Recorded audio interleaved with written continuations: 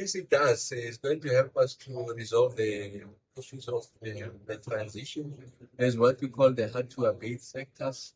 If you like maritime and aviation, very typical. You can install a solar panel on a flying machine, a big ship at sea. So you need different technologies to power those sectors. And green hydrogen lends itself as that one solution.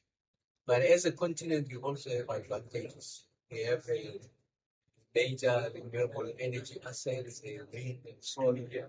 We also have the land. The technology to convert water to dismember it into its component, the oxygen, and also hydrogen exists. That's what they call Fischer-Tropsch technology. Sasol is producing tens of millions of tons per annum.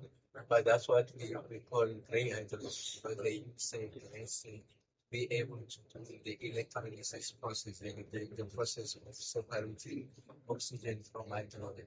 Now we must use clean sources of energy, which is principally wind and solar power.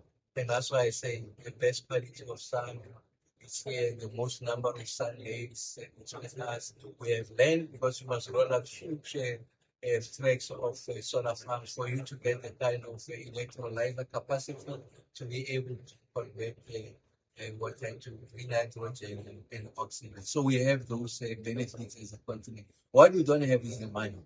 And what was announced today was a partnership amongst others, climate fund managers working with one of our project hives, the German government putting more money for feasibility studies, working with the IDC.